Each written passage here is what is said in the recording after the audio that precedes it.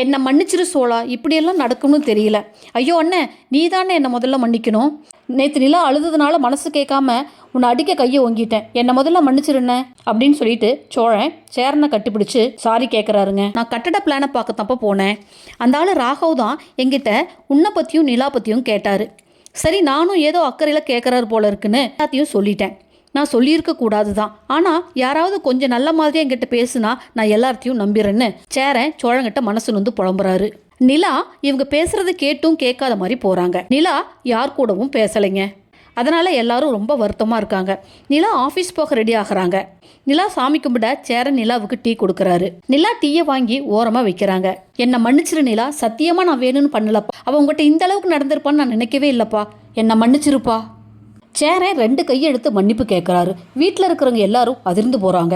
ஐயோ என்னண்ணே, நீங்கள் கையை கீழே போடுங்க, நானும் உங்களை அப்படியெல்லாம் பேசியிருக்க கூடாது. நான் வயசில் சின்னவ, அந்த மரியாதை கூட இல்லாமல் நான் பேசுனது ரொம்ப தப்பு. அந்த ராகவ் என்னை அந்த அளவுக்கு டார்ச்சர் பண்ணிட்டானே. நடந்த விஷயத்தில் எனக்கு ரொம்ப கோபம் வந்துருச்சு, சாரிண்ணே அப்படின்னு நிலாவும் உணர்ச்சி வசப்பட்டு சாரி கேட்டுட்டு சேரன் தோல் மேலே சாஞ்சு அழறாங்க. அதை பார்த்து எல்லாத்துக்கும் ஆனந்த கண்ணீரே வருதுங்க. ஐயனார் குடும்பத்தாரே சந்தோஷமாக சிரிக்கிறாங்க. ஓகே ஃப்ரெண்ட்ஸ், தேங்க்ஸ் ஃபார் வாட்சிங். என் சேனலை லைக் பண்ணுங்கள், ஷேர் பண்ணுங்கள், சப்ஸ்கிரைப் பண்ணுங்கள். தேங்க்யூ.